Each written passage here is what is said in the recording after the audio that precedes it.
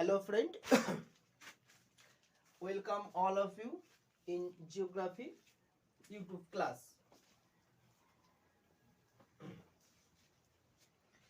Friend, তোমরা সবাই পশ্চিমবঙ্গে রাজ্যে বাস করছো।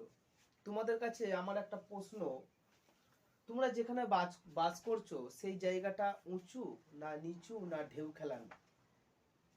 এবং যেখানে এখন সম্ভবত পাট জমি এবং ধান জমি, আমাদের পশ্চিমবঙ্গে এখন মেইনলি যেটা খারিফ ফসল হচ্ছে সেগুলো এখন যেটা পাওয়া যাচ্ছে সেটা হলো খারিফ ফসল, ধান এবং পাট। তাহলে যেখানে ধান এবং পাট যে নিচু জমিগুলোতে হয় সেগুলি কেমন, এবং তোমার আশেপাশে যেগুলোতে আলু জমি হয় সেই জমিটি কেমন? সুতরাং তোমার প্রশ্নের উত্তর হবে এটি যে আমাদের বাড়িটা অর্থাৎ আমরা যেখানে বাস করি সেই রাস্তাঘাট বা আমরা যেখানে বাস করি সেটা উঁচু এবং সমতল, এবং যেখানে ধান জমি আছে যেটা এঁটেল মাটি বা জলা মাটি সেই জমিটি হবে খুব নিচু জমি, এবং যেগুলো আলুর জমি আলু হয় সেগুলি হবে মাঝারি উচ্চতা বিশিষ্ট। সুতরাং আমরা যেখানে বাস করি সেটা একটু উঁচু সমতল, এবং তারপরে যেটা বাস করি সেটা সামান্য উঁচু, মানে আমাদের চেয়ে সামান্য মাঝারি উঁচু, এবং যেখানে ধান চাষ হচ্ছে একেবারে নিচু জমিগুলোতে জলা জমিগুলোতে সেগুলি হবে নিচু জমি। সুতরাং আজকে আমরা এই বিষয়টি নিয়ে আলোচনা করব। তোমরা সবাই হয়তো দেখেছো ভূপৃষ্ঠের কোনো জায়গাটা উঁচু, কোনো জায়গাটি আবার নিচু, কোনো একটা জায়গাটি অথবা ঢেউ খেলানো। সুতরাং আমি যদি দার্জিলিং পাহাড়ি পার্বত্য অঞ্চল বা উত্তরাখণ্ড সিমলা এই সমস্ত অঞ্চলগুলোতে যাই, সেখানে দেখবো পার্বত্য অঞ্চল, সেখানে কি হবে উঁচু, বড় বড় তো বড় বড় সিংহ থাকে, যেমন মাউন্ট এভারেস্ট থাকে, সিংহলীলা থাকে ইত্যাদি সিংহগুলো আছে। এবং আবার যদি আমি মালভূমি অঞ্চলে যাই, মালভূমি অঞ্চলে যত ছোটনাগপুর মালভূমি, উড়িষ্যা, ঝাড়খণ্ড, সেগুলো কি দেখো যে মাঝারি উচ্চতা। অর্থাৎ তোমরা অনেকে ট্রেনে চেপেছো, ট্রেনে রেল স্টেশনে যাওয়ার আগে দেখবে বড় বড় পোস্টার করে হলুদের ওপর কালো কালিতে লেখা থাকে একটা স্টেশনের নাম থাকে, সাপোজ মেমারি স্টেশন, সেখানে একটা RL থাকে, রিডিউস লেভেল, RL থাকে রিডিউস লেভেল। এই রিডিউস লেভেল থেকে আমরা কি জানতে পারি? এখান থেকে আমরা সেই রেল স্টেশনটি সমুদ্র পৃষ্ঠ থেকে কত মিটার উঁচু সেটা আমরা জানতে পারি। সুতরাং আমরা যেটা আজকে পড়বো যে ভূমিরূপের অর্থাৎ ভূপৃষ্ঠের ওপর কোনো জায়গায় উঁচু, কোনোটা নিচু, কোনোটা ঢেউ খেলানো, কোনোটা নিচু, এইটা নিয়ে আলোচনা করব, যাকে বলা হয় ভূমিরূপ। এইটা কি ভালো কথা বলা হয় ভূমিরূপ। তাহলে এসো আজকে আমরা যেটা আলোচনা করবো সেটি হলো ভূমিরূপ।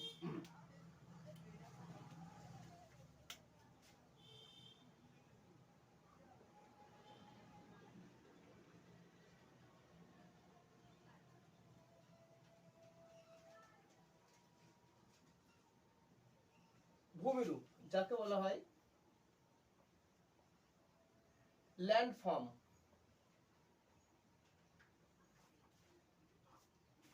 আর আজকে আমরা যে পাঠটা নিয়ে আলোচনা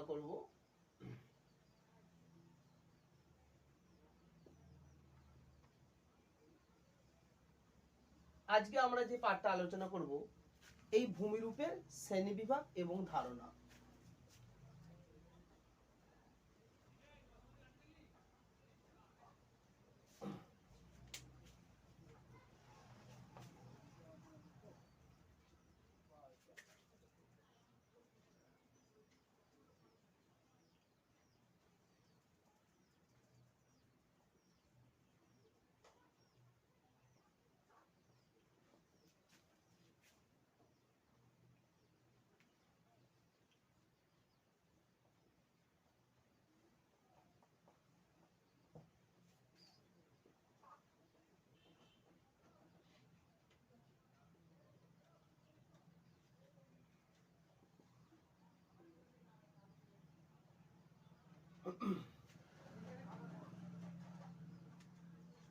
সুতরাং আজকের পাঠ হলো আজকের পাঠ হবে ভূমিরূপের ধারণা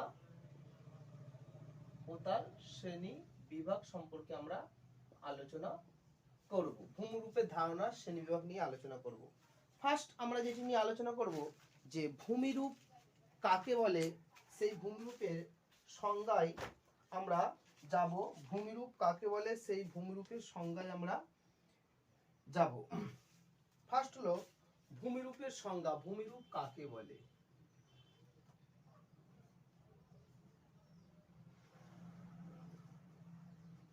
ভূমিরূপের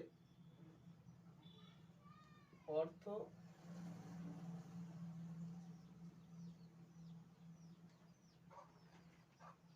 ও সংজ্ঞা নিয়ে আলোচনা করব। দেখো ফ্রেন্ড, ভূমিরূপ এই কথাটার মধ্যে লুকিয়ে আছে ভূমিরূপ। ভূমিরূপ ইকুয়াল টু ভূমি যুক্ত রূপ, যেখানে ভূমি সমান হলো ভূমির অর্থ হলো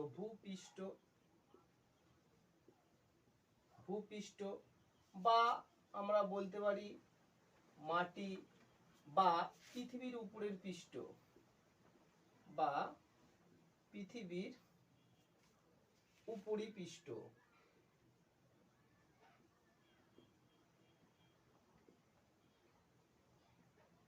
পৃথিবীর উপরিপৃষ্ঠ।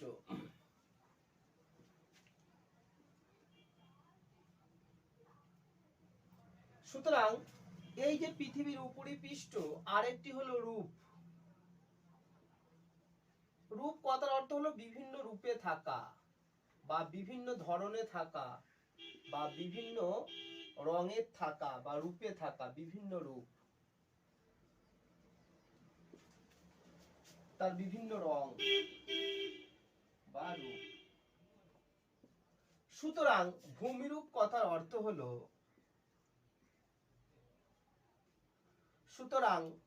ভূমিরূপ কথার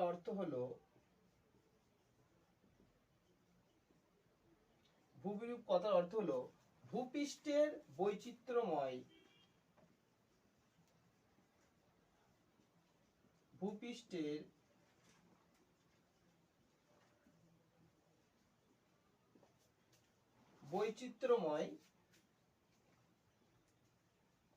রূপ বা ধরন। দেখো, মোটামুটি ভাবে একটা সংক্ষেপে আমরা ভূমিরূপটা নিয়ে আলোচনা করছি। ভূমিরূপ জিনিসটা কি? ভূমিরূপ এই অর্থ হলো ভূমিযুক্ত রূপ, যার ভূমি শব্দের অর্থ হলো ভূপৃষ্ঠ বা মাটি বা পৃথিবীর উপরিভাগ, এবং রূপ কথার অর্থ হলো বিভিন্ন ধরন বা বিভিন্ন রং বা বিভিন্ন রূপে থাকতে পারে। সুতরাং ভূমিরূপ শব্দ হলো ভূপৃষ্ঠের বৈচিত্র্যময় রূপ বা ধরন। এবার আমরা সংজ্ঞাটা নিয়ে আলোচনা করবো। এটা গেল আমাদের অর্থ। এবার জানবো আমরা সংজ্ঞাটা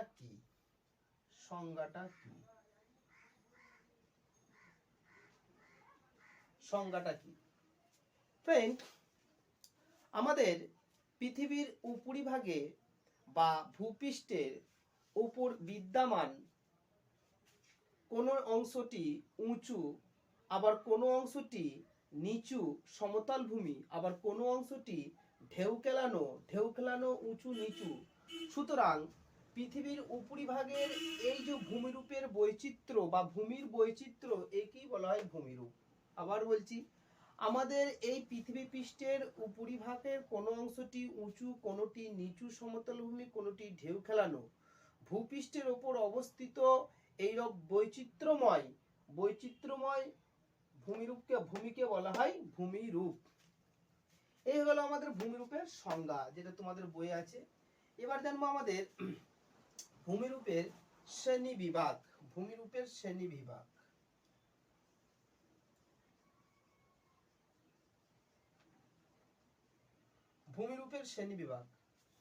ভূমিরূপকে ভূপৃষ্ঠের উপর উচ্চতা, তাদের গঠন, ভূমির ঢাল ইত্যাদির উপর নির্ভর করে ভূমিরূপকে মোটামুটি ভাবে 3 ভাগে ভাগ করা যায়। আবার বলছি, ভূপৃষ্ঠের ওপর ভূমিরূপের গঠন, তাদের উচ্চতা, তাদের বৈশিষ্ট্য, তাদের শিলার প্রকৃতি ইত্যাদি ধরনের উপর নির্ভর করে ভূমিরূপকে 3 ভাগে ভাগ করা যায়। সেটি হলো, এই 3টি ভাগ হলো, একটা ত্রিভুজের সাহায্যে দেখিয়ে দিচ্ছি, যার ভেতরে আমরা লিখতে পারি ভূমিরূপ।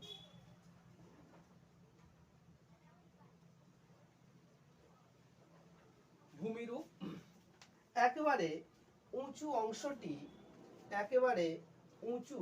অংশটি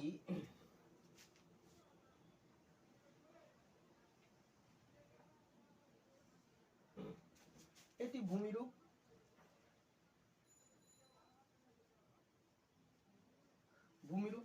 একেবারে উঁচু অংশটিকে বলা হয় পর্বত।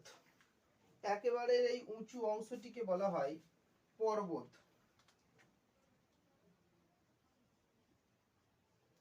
পর্বত যাকে বলা হয় মাউন্টেন। মাউন্টেন। তারপরে সামান্য একেবারে উঁচু অংশটি, আর এই যে অংশটি আছে এর নাম হলো মালভূমি। মালভূমি যাকে বলা হয় প্লেটু। যাকে বলা হয় প্লেটু।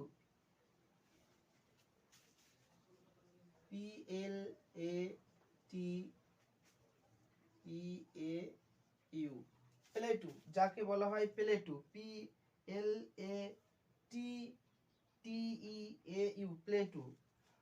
আরেকটি হলো সমভূমি। নিচু অংশটি হলো সমভূমি। সমভূমি যাকে বলা হয় প্লেন। প্লেন।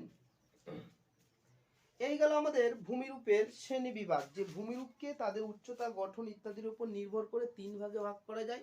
সবচেয়ে যে উঁচু অংশটি থাকবে, সবচেয়ে যে উঁচু অংশটি থাকবে তাকে বলা হয় পর্বত। এটি হলো সবচেয়ে উঁচু। এই অংশটি হলো সবচেয়ে উঁচু। 900 মিটারের উপরের উচ্চতা সমুদ্রপৃষ্ঠ থেকে।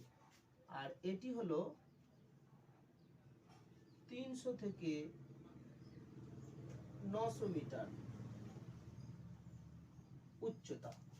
আর এটি হলো 300 মিটারের কম।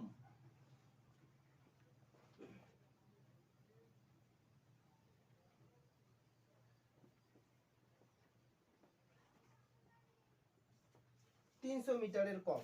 দেখো ফ্রেন্ড, আমি এখানে ছবির সাহায্যে দেখিয়ে দিচ্ছি, ভালোভাবে বুঝতে পারছো ভূমিরূপ।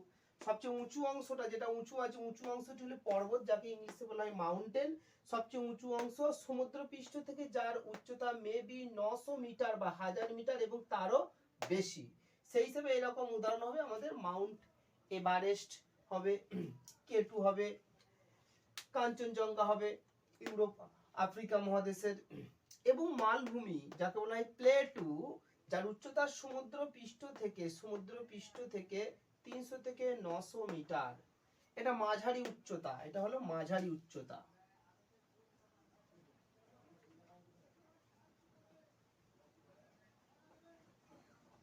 মাঝারি উচ্চতা। আর সমভূমি বা প্লেন 300 মিটারের কম। 300 মিটারের কম সমুদ্রপৃষ্ঠ থেকে। এটি হলো নিচু নিচু বা সমতল ভূমি বা সমতল ভূমি। সো ফ্রেন্ড, এই গেল আমাদের ক্লাসিফিকেশন অফ ল্যান্ডফর্ম, আমাদের ভূমিরূপের শ্রেণী বিভাগ। এবার আমরা আসবো এই ভূমিরূপগুলি, পর্বত, মালভূমি, সমভূমি কিভাবে সৃষ্টি হলো সেগুলি সম্পর্কে আমরা পড়ব।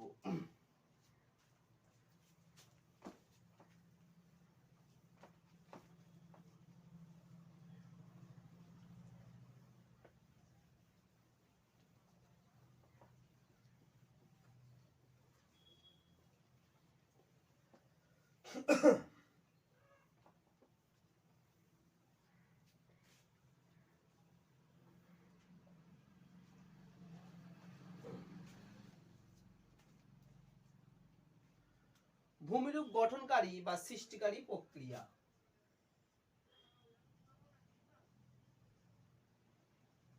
ভূমিরূপ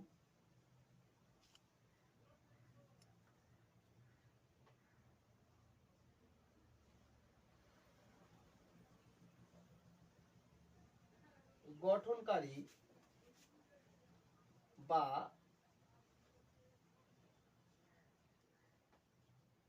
সৃষ্টি প্রক্রিয়া।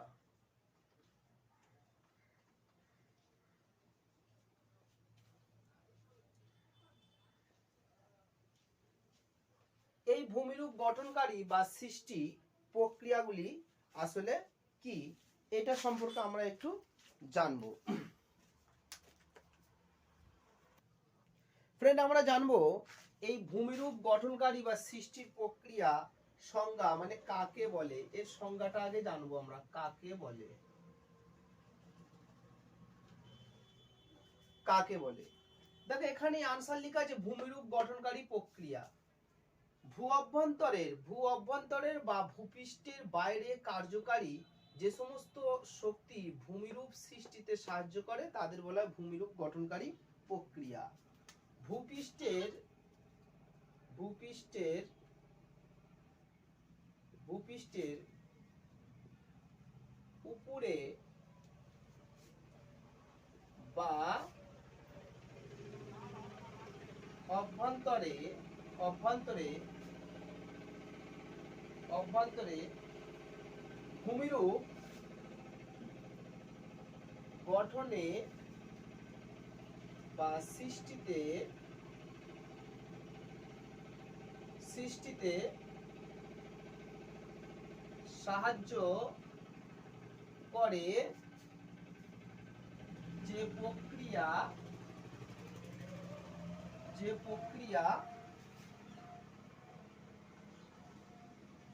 তাদের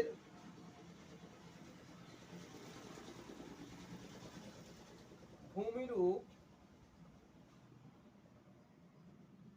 গঠনকারী প্রক্রিয়া বলে।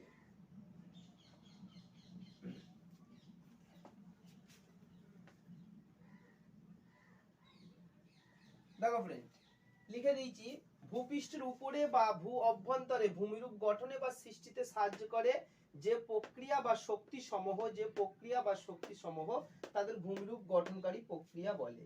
এবার আমরা জানবো এই ভূমিরূপ গঠনকারী প্রক্রিয়াগুলি কি এবং কয় ভাগে ভাগ করা যায়। এবার জানবো তাদের শ্রেণী বিভাগ, ভূমিরূপ গঠনকারী প্রক্রিয়ার শ্রেণী বিভাগ।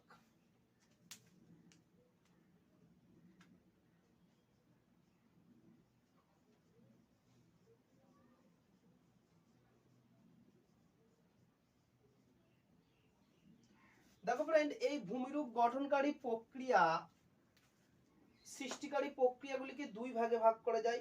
একটি হলো অন্তর্জাত প্রক্রিয়া, একটি হলো অন্তর্জাত প্রক্রিয়া। অন্তর্জাত প্রক্রিয়া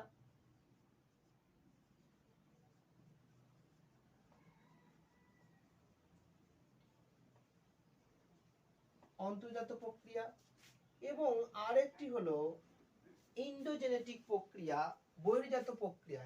এই অন্তর্জাত প্রক্রিয়াটির ইংলিশে বলা হয় ইন্ডোজেনেটিক প্রসেস। অন্তর্জাত প্রক্রিয়াটিকে বলা হয় ইন্ডোজেনেটিক প্রসেস,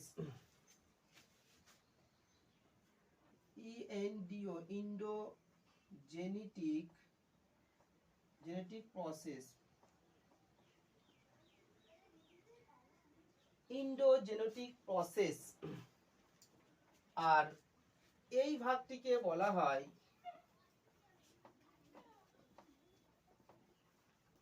বহির্জাত প্রক্রিয়া।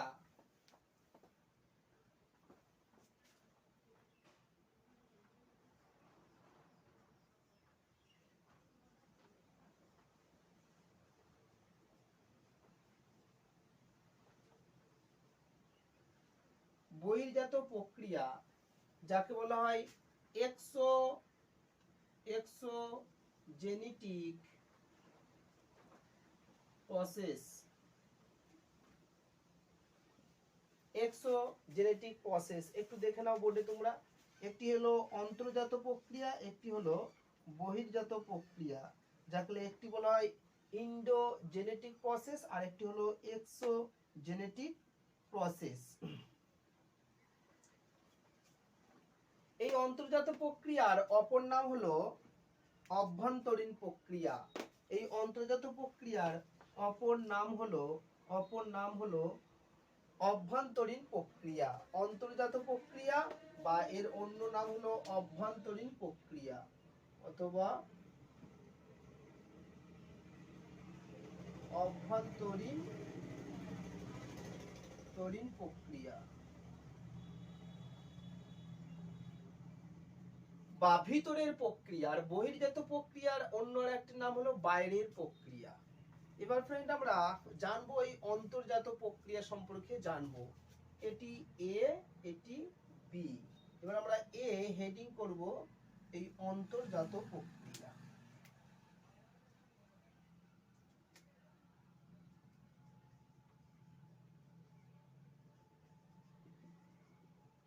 ভিতরের ভূ অভ্যন্তরীণ প্রক্রিয়া বা অন্তর্জাত প্রক্রিয়া।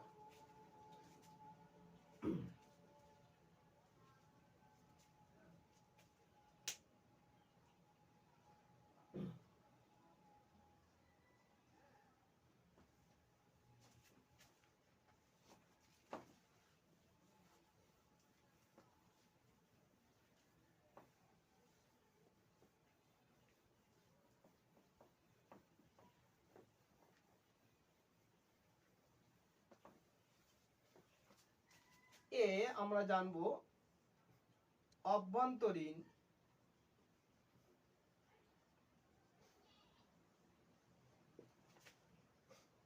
বা অন্তর্জাত প্রক্রিয়া। অন্তর্জাত প্রক্রিয়া যাকে বলা হয় ইন্ডোজেনেটিক প্রসেস।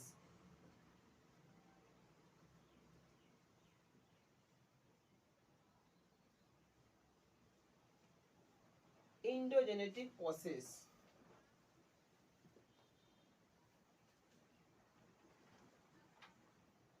অভ্যন্তরীণ বা অন্তর্জাত প্রক্রিয়া বা ইন্ডোজেনেটিক প্রসেস। এর আমরা প্রথম যেটা জানবো সেটি হলো সংজ্ঞা। সংজ্ঞা দেখো এখানে আনসার লেখা আছে, অন্তর্জাত বা অভ্যন্তরীণ প্রক্রিয়ার মধ্যে আনসার লেখা আছে যে যে সমস্ত ভূমিরূপ গঠনকারী প্রক্রিয়াগুলি, যে সমস্ত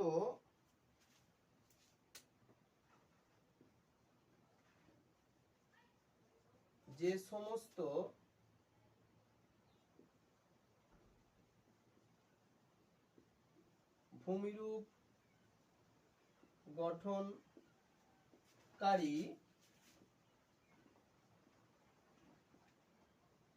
প্রক্রিয়াগুলি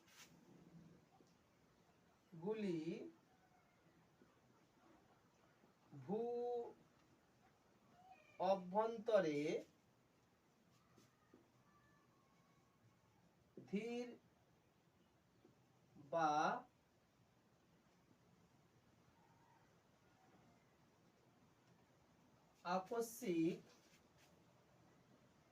আকস্মিকভাবে কাজ করে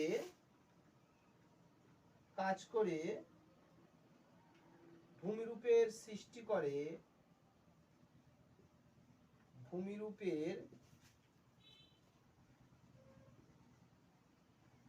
সৃষ্টি বা গঠন করে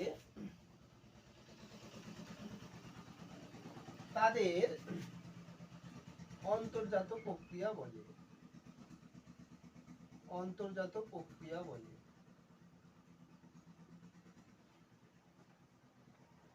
তাদের অন্তর্জাত প্রক্রিয়া বলে। দেখো লিখে দিয়েছি যে সমস্ত ভূমিরূপ গঠনকারী প্রক্রিয়াগুলি ভূ অভ্যন্তরে ধীর বা আকস্মিকভাবে ধীর বা দ্রুত আকস্মিকভাবে কাজ করে ভূমিরূপের সৃষ্টি, গঠন এবং পরিবর্তন করে, এখানে আরো হবে ভূমিরূপের সৃষ্টি, গঠন এবং পরিবর্তন করে তাদের অন্তর্জাত প্রক্রিয়া বলে। এবার জানতে হবে এই অন্তর্জাত প্রক্রিয়ার ফলে কি কি ভূমিরূপ সৃষ্টি হয় এবং তাদের শ্রেণীবিভাগ। ভূমিরূপ বা তাদের শ্রেণীবিভাগ, কি কি ভূমিরূপ কাজ করে অন্তর্জাত প্রক্রিয়ায় ভূমিরূপের উদাহরণ, গঠনকারী উদাহরণ, উদাহরণ বা শক্তি।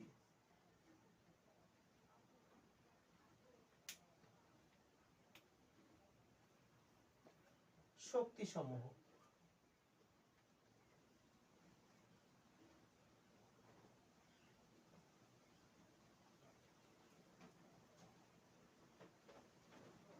শক্তি সমূহ কি কি শক্তি এখানে কাজ করে। দেখো এখানে যে সমস্ত শক্তি ফ্রেন্ড কাজ করে সেটি হলো ভূমিকম্প, অগ্নুৎপাত,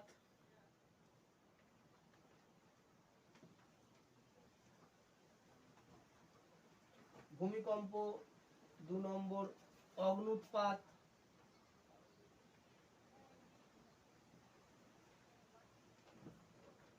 অগ্নুৎপাত প্রভৃতি। এগুলোকে বলা হয় আকস্মিক প্রক্রিয়া।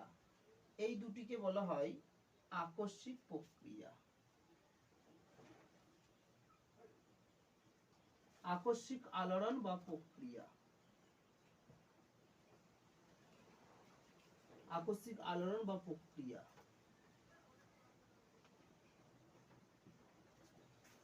এবার এটা গেল শক্তি সমূহ, কি কি শক্তি এখানে কাজ করে সেটা গেল। এবার এর ফলে সৃষ্ট ভূমিরূপ, সৃষ্ট ভূমিরূপ, সৃষ্ট ভূমিরূপ, সৃষ্ট ভূমিরূপ। এই অভ্যন্তরীণ বা অন্তর্জাত প্রক্রিয়ার ফলে কি কি ভূমিরূপ সৃষ্টি করে সেটা আমরা জানবো। কি কি ভূমিরূপ সৃষ্টি করে সেটি আমরা জানবো। কি কি ভূমিরূপ সৃষ্টি করে, যে সমস্ত ভূমিরূপ সৃষ্টি করে তাদের মধ্যে হলো পর্বত, পর্বত, 2 নম্বর ভাঁজ, ভাঁজ, 3 নম্বর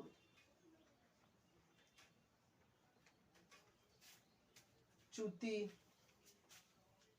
4 নম্বর মালভূমি,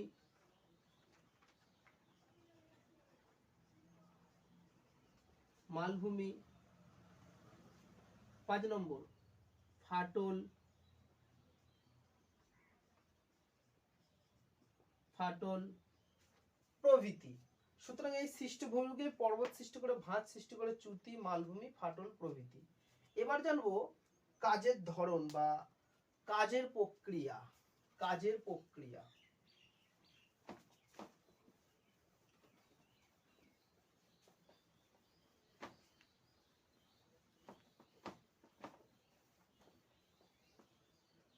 কাজের প্রক্রিয়া,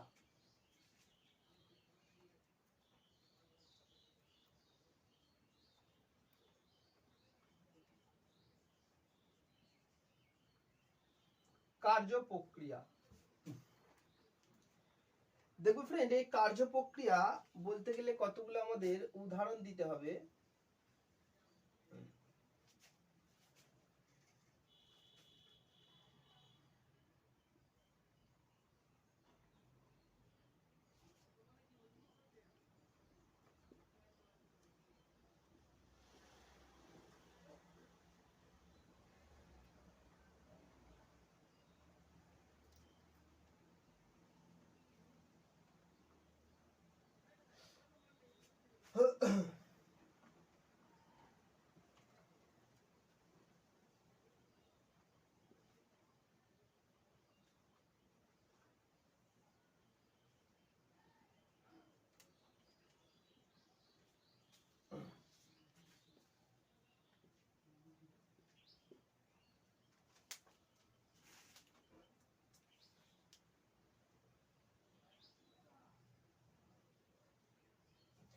দেখো ফ্রেন্ড, এই কার্য প্রক্রিয়া কি, তোমরা অনেকে চা খেয়েছো, এই চায়ের ভিতরে দেখবে এক ধরনের প্লেট থাকে, চায়ে যেটা দেওয়া হয় প্লেট থাকে। এই প্লেটটাকে যদি তুমি 4টে টুকরো করে দাও, সেখানে যদি আবার জুড়ে দাও, দেখবে এক হয়ে যাবে। সুতরাং কোনো কারণে ভূ অভ্যন্তরে সৃষ্ট কোনো কারণে, সেটা কি কারণ হতে পারে, চাপ ও তাপের কারণে, চাপ ও তাপের কারণে এবং বিভিন্ন রাসায়নিক বিক্রিয়ার ফলে এই যে ভূ অভ্যন্তর বা আমাদের ভূপৃষ্ঠ, মহাদেশ এবং মহাসাগর কতগুলো পাতে গঠিত, কতগুলো প্লেটে গঠিত। এই পাতগুলি গুরুমণ্ডলের সান্দ্র এক ধরনের থকথকে ঝিলির মতো অংশ আছে, জেলির মতো অংশ আছে, পাকের মতো অংশ আছে, যাকে বলা হয় অ্যাস্থনোস্ফিয়ার। গুরুমণ্ডলের একটি ঊর্ধ্ব অংশ যেটা আমাদের ভূপৃষ্ঠের ঠিক নিচে, অর্থাৎ ভূত্বকের ঠিক নিচে, এবং অ্যাস্থনোস্ফিয়ারে থাকে, অর্থাৎ গুরুমণ্ডলের উপরি অংশে অ্যাস্থনোস্ফিয়ার বলে একটা অংশ থাকে, যেটা থকথকে জেলি বা পাকের মতো তার উপর আমাদের এই পাতগুলি, অর্থাৎ আমাদের যেমন এশিয়া মহাদেশীয় একটা পাত আছে, ভারত মহাসাগরীয় একটা পাত আছে, প্রশান্ত মহাসাগরীয় একটি পাত আছে। এই মহাদেশীয় এবং মহাসাগরীয় পাতগুলি ভাসমান অবস্থায় থাকে। কোনো কারণে ভূ অভ্যন্তরে চাপ, তাপ এবং রাসায়নিক বিক্রিয়ার ফলে এদের তারতম্য ঘটলে বা সংঘর্ষ করলে কি করে এই পাতগুলো সঞ্চালনশীল হয়। কেমন হয়? কোনোটা পরস্পর অভিমুখে আসে, যাকে অভ্যন্তরীণ বলে, অভিমুখী, অভিমুখ, এটা অভিমুখী হচ্ছে। আর কোনোটা হচ্ছে অপসারী, অপসারী অর্থাৎ কোনো পাতগুলো একে অপরের দিকে আগাতে শুরু করছে বা কোনো পাত একে অপর থেকে দূরে সরে চলে যাচ্ছে। এমত অবস্থায় যখন পাতগুলো একে অপরে আসবে বা একের থেকে অপরে দূরে সরে চলে যাবে, সেখানে তখন কি হবে? ভূমিকম্প, অগ্নুৎপাত ইত্যাদি সৃষ্টি হবে এবং সেখানে ফাটল সৃষ্টি হবে। এই ফাটল যদি এই অভিমুখে আসে পাতগুলো, তাহলে কি হবে? একটা ভাঁজ সৃষ্টি হবে। তুমি যদি দুটো কাগজ দু প্রান্ত থেকে আসে সংগ্রহ করছে, উপরে উঠে যাবে, তখন কি হয়? পর্বত সৃষ্টি হবে। আবার মাঝে মাঝে এই পর্বতের ফলে আর একটু চাপ দিলে কি হবে? ভাঁজের সৃষ্টি হবে। আবার চ্যুতি সৃষ্টি হবে, অর্থাৎ দুটি পাত যদি একে অপর থেকে দূরে সরে যায়, দূরে সরে যায়, এ ওই দিকে সরে চলে যাচ্ছে, যদি দূরে সরে যায়, দূরে সরে চলে যায়, তাহলে কি সৃষ্টি হবে? সেখানে সেখানে সৃষ্টি হবে, সেখানে সৃষ্টি হবে এই ধরনের চ্যুতি, চ্যুতি ওই যে বা ফাটল। সুতরাং এইভাবে আমাদের ভূ অভ্যন্তরণ বা অন্তর্জাত প্রক্রিয়া বা অভ্যন্তরীণ প্রক্রিয়া কাজ করে। ফ্রেন্ড, এবার আমরা এই অন্তর্জাতীয় প্রক্রিয়ার ফলে কি কি সৃষ্ট ভূমির উপায়? পর্বত, ভাঁজ, চ্যুতি, মালভূমি, ফাটল প্রভৃতি। এবার আমরা আসবো বহির্জাত প্রক্রিয়া। বহির্জাত প্রক্রিয়া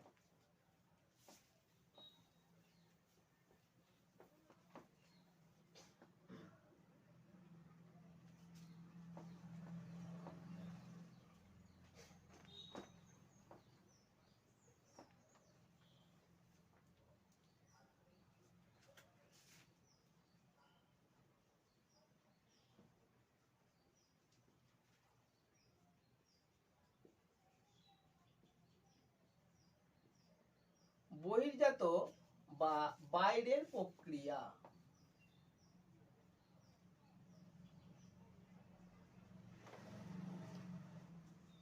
বাইরের প্রক্রিয়া যাকে বলা হয়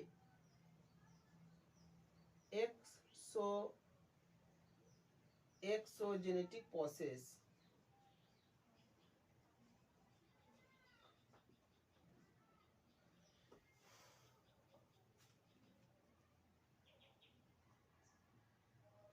এক্সোজেনেটিক প্রসেস। দেখো, বহির্জাত প্রক্রিয়া বা বাইরের প্রক্রিয়া সম্পর্কে আমরা জানবো, যাকে বলা হয় এক্সোজেনেটিক প্রসেস।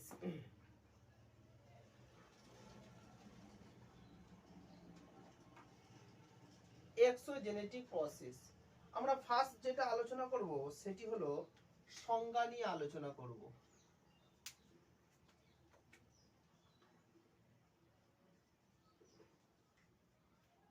সংজ্ঞা নিয়ে আলোচনা করব। কি এর সংজ্ঞা? ঠিক অন্তর্জাত বা অভ্যন্তরীণ প্রক্রিয়ার বিপরীত হলো আমাদের এই বহির্জাত বা বাইরের প্রক্রিয়া। ফ্রেন্ড, আমরা ওর বিপরীতটা লিখব, অর্থাৎ ভূপৃষ্ঠের উপরে বা বাইরে কার্যকারী যে সমস্ত শক্তিগুলি ভূমিরূপের বিবর্তন, সৃষ্টি, গঠনে সাহায্য করে তাকে বলে বহির্জাত প্রক্রিয়া। অর্থাৎ যে সমস্ত ভূমিরূপ গঠনকারী প্রক্রিয়াগুলি ভূপৃষ্ঠের উপরে কাজ করে ভূমিরূপের পরিবর্তন ঘটায় তাদের বলা হয় বহির্জাত প্রক্রিয়া। একটু সংজ্ঞাটা জানা যাক।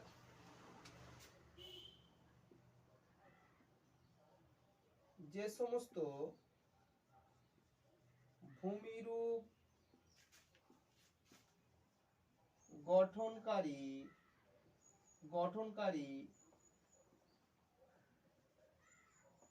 প্রক্রিয়া গুলি ভূপৃষ্ঠের বাইরে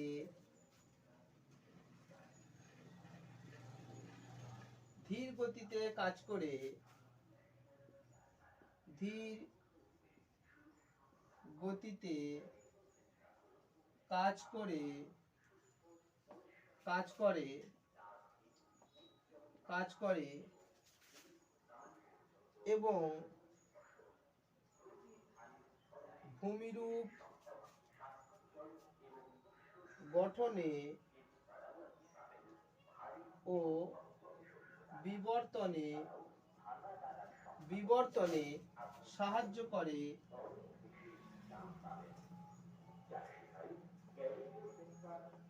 সাহায্য করে তাদের বহির্জাত শক্তি বলে।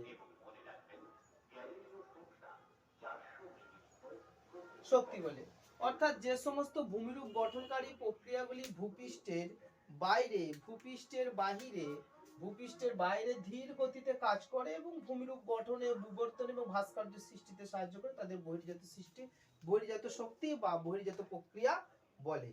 এর প্রধান শক্তি সমূহ বা এদের শ্রেণীবিভাগগুলো কি কি হবে, কে কে কাজ করে, প্রধান শক্তি সমূহ সেগুলি আমরা জানবো, কে কে কাজ করে। সুতরাং বাইরে কে কে কাজ করবে, বাইরে যেটা কাজ করবে, যেটা আমরা বলি বৃষ্টিপাত শক্তি সমূহ, শক্তি সমূহ কে কে কাজ করবে। 1 নম্বর হবে নদী, নদী কাজ করে। 2 নম্বর বায়ু, 3 নম্বর হিমবাহ, 4 নম্বর ভৌমজল,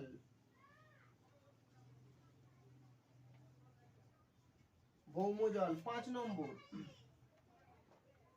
সমুদ্র তরঙ্গ, সমুদ্র তরঙ্গ প্রভৃতি প্রভৃতি। তাহলে প্রধান শক্তিগুলো কি কি, বহির্জাত বাইরের প্রক্রিয়াগুলো প্রধান শক্তিগুলো কি, নদী, বায়ু, হিমবাহ, ভৌমজল, সমুদ্র তরঙ্গ, এগুলি হলো প্রধান শক্তি।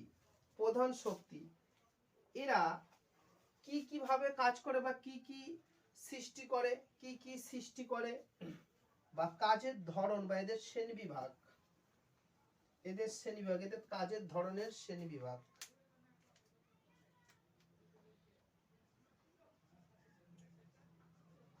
কাজের শ্রেণীবিভাগ,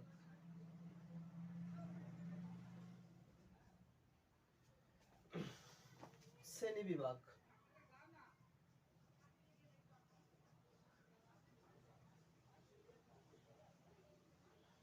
ফ্রেন্ড, এদের শ্রেণীবিভাগকে 3 ভাগে ভাগ করা যায়।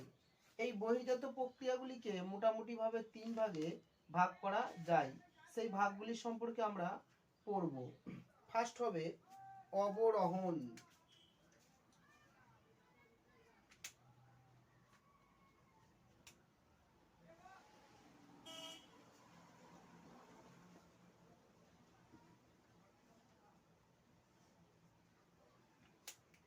এই প্রধান ভাগগুলি হলো, 1 নম্বর হলো অবরোহণ,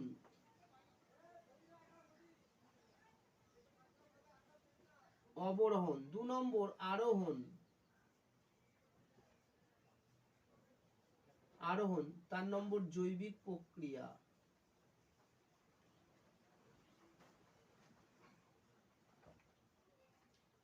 এই অবরোহণ হলো ক্ষয়, আরোহণ হলো সঞ্চয়, সঞ্চয়। দেখো এই ভূমিরূপগুলিকে শ্রেণীবিভাগ কি, এদের কাজের প্রক্রিয়ার শ্রেণীবিভাগ কি। ফার্স্ট অবরোহণ, কোনো একটা অংশকে ক্ষয় করবে। সেকেন্ড আরোহণ, সঞ্চয় করবে। এবং জৈবিক প্রক্রিয়া, বিভিন্ন জৈবিক প্রক্রিয়ার সাহায্যে এরা অংশগ্রহণ করে থাকে। যেমন ইঁদুর, বিড়াল, কেঁচো যেমন কাজ করে, ঠিক একইভাবে এরা কাজ করে থাকে। কাজের ধরন, এদের কাজের প্রক্রিয়ার শ্রেণীবিভাগ, কার্য প্রক্রিয়ার শ্রেণীবিভাগ। এটা কার্য প্রক্রিয়া, কিভাবে কার্য করে তার এটি কার্য প্রক্রিয়া অথবা কার্য প্রক্রিয়ার শ্রেণীবিভাগ।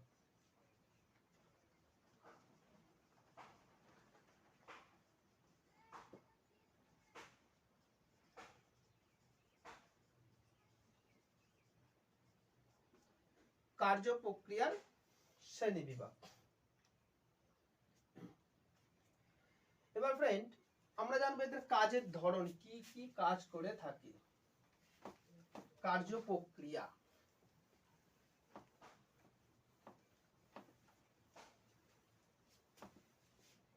কার্য প্রক্রিয়া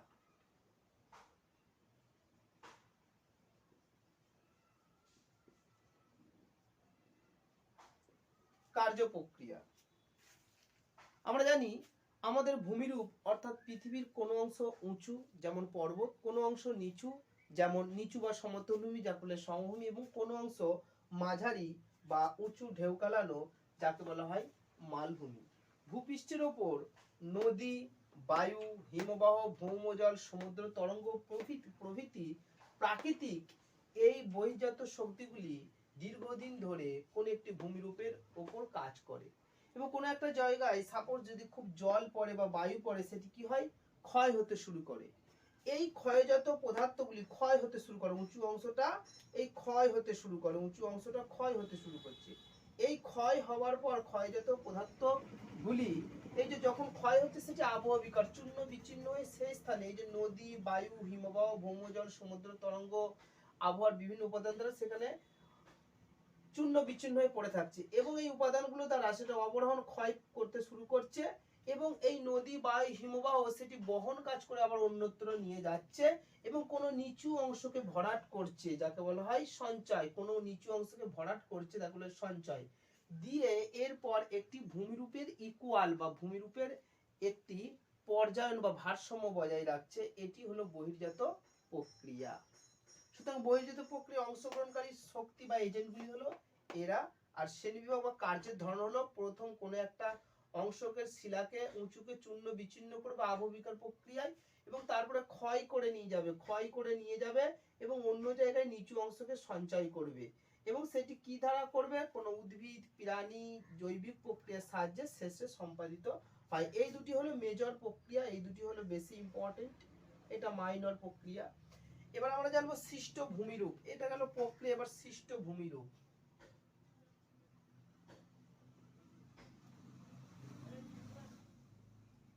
সৃষ্ট ভূমিরূপ কি কি ভূমিরূপ সৃষ্টি হয়, যেমন নদীর ফলে যে সমস্ত ভূমিরূপ সৃষ্টি হয়, নদীর কার্যের ফলে যে সমস্ত, একটা উদাহরণ দিচ্ছি, নদীর কার্যের ফলে, যেমন নদীর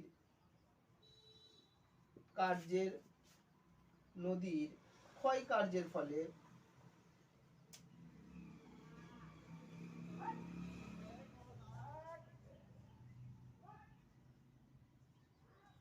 যেমন নদীর ক্ষয় কার্যের ফলে কি কি সৃষ্টি হয়, গিরিখাত,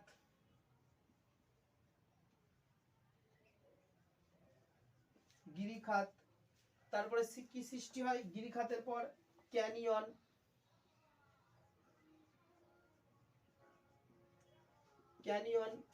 জলপ্রপাত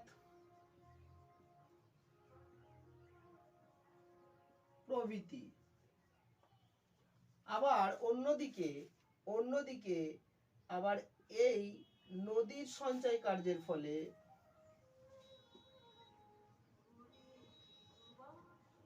নদীর সঞ্চয় কার্যের ফলে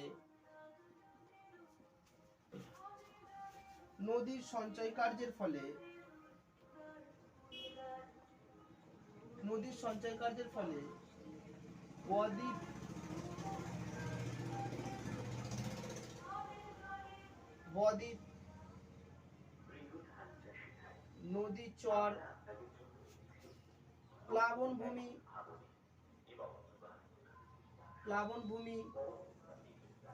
স্বাভাবিক বাঁধ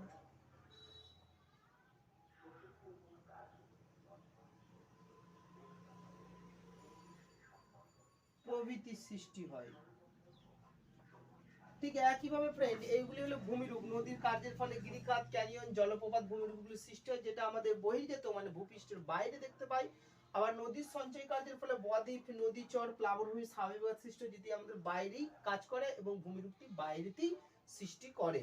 ঠিক একইভাবে বায়ুর ক্ষয় কার্যের ফলেও আমাদের ভূমিরূপ সৃষ্টি হয়, যেমন গৌড়, ইয়ারদাং, যুগেন, আবার সঞ্চয় কার্যের ফলে বালিয়াড়ির সৃষ্টি হয়, এরকম করা যেতে পারে। এইগুলি হলো উদাহরণ। সুতরাং ফ্রেন্ড, এই গেল আমাদের আজকে ভূমিরূপ প্রক্রিয়া, ভূমিরূপ গঠনকারী প্রক্রিয়া।